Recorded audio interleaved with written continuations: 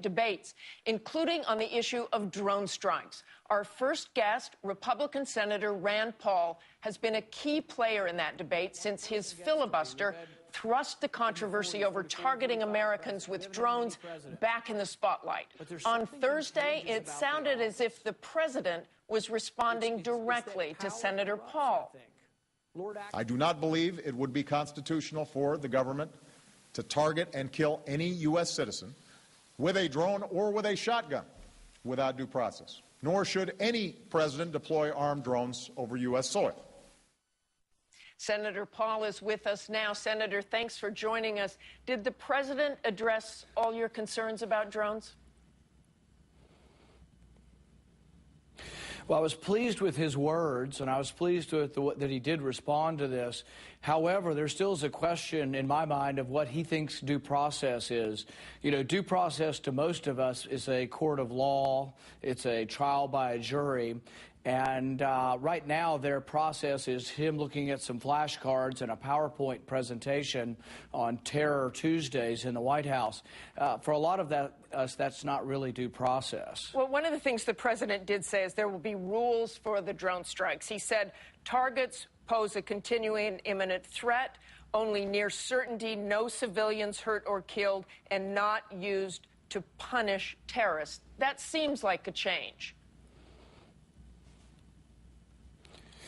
Yeah, but a lot of what's very important to myself and others is what the law says and how you should approach this. For example, it's not good enough to us that he's not using a power. We want him to assert that he doesn't have the power. For example, last year we passed legislation that I voted against and many civil libertarians opposed, and that's detaining citizens indefinitely without a trial and sending them to Guantanamo Bay. Now, the president said he won't use that power, but we think a president who really believed in civil liberties would have vetoed the bill and not signed the bill. I want to go back to the drone strikes for a moment. They also revealed this week for the first time publicly that 4 Americans had been killed in drone strikes, including Anwar al-Awlaki in Yemen. Should he have not been targeted by a drone? My preference would be that when an American commits treason, particularly if they're not actively involved in a battle, if you're an American fighting with the Taliban, you're going to be shot with no due process. That's what happens in war. But how do you go after someone like al-Awlaki if you can't get him? Let me finish my point. Let me finish my point so we can have a discussion.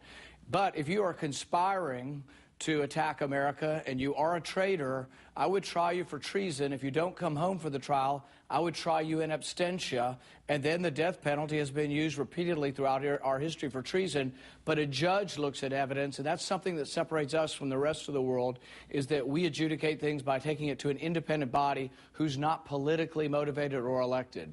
Let's move back to Guantanamo. The president did speak about closing it. No specifics, though. You think it should be closed?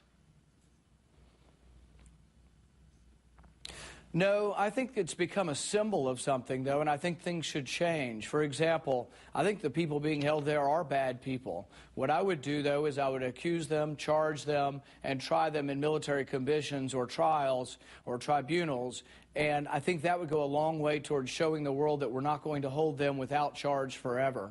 I want to move on to the IRS. Do you believe that this was limited to the Tea Party, targeting the Tea Party, or do you believe there were other groups as well targeted? You know, I don't know. I don't know whether people were targeted for conservative religious values or just conservative political values, and sometimes there's an overlap.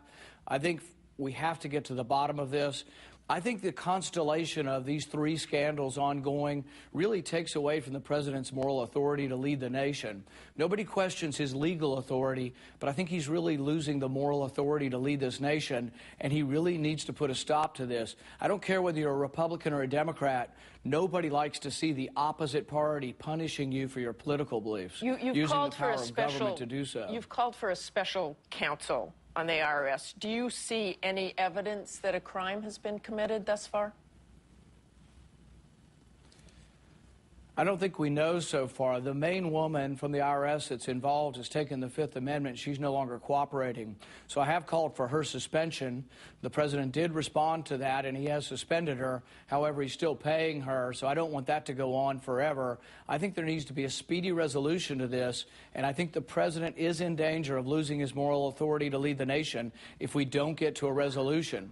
Now, he says he's going to listen to his commissioner, new IRS commissioner, in 30 days. Well, the investigation's been going on over a year now, so I would think it wouldn't take very long. And if he goes beyond 30 days and if no one is fired over this, I really think it's going to be trouble for him trying to lead in the next 4 years. Let's move to immigration. Would you support the bill, the Senate bill that made it through committee this week? I support immigration reform.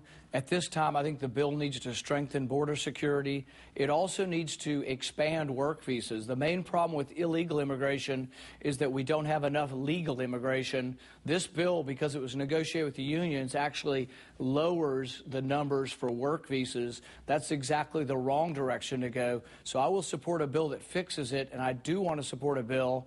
I've talked to the authors of it. If they will work with me on my amendment, which is called Trust But Verify, there is a very good chance I can vote for it, but it has to be a better bill. And a pathway to citizenship?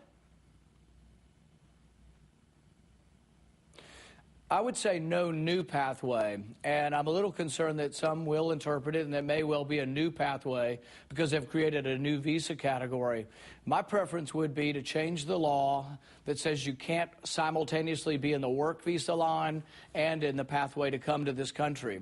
As long as somebody who has a work visa is treated the same as a new person in Mexico City who wants to get in line tomorrow, I don't have a problem getting in the normal line. I just don't want to create a new line or give a new preference to people who are here undocumented. But I am all in favor of letting undocumented workers become documented workers and finding a place for them.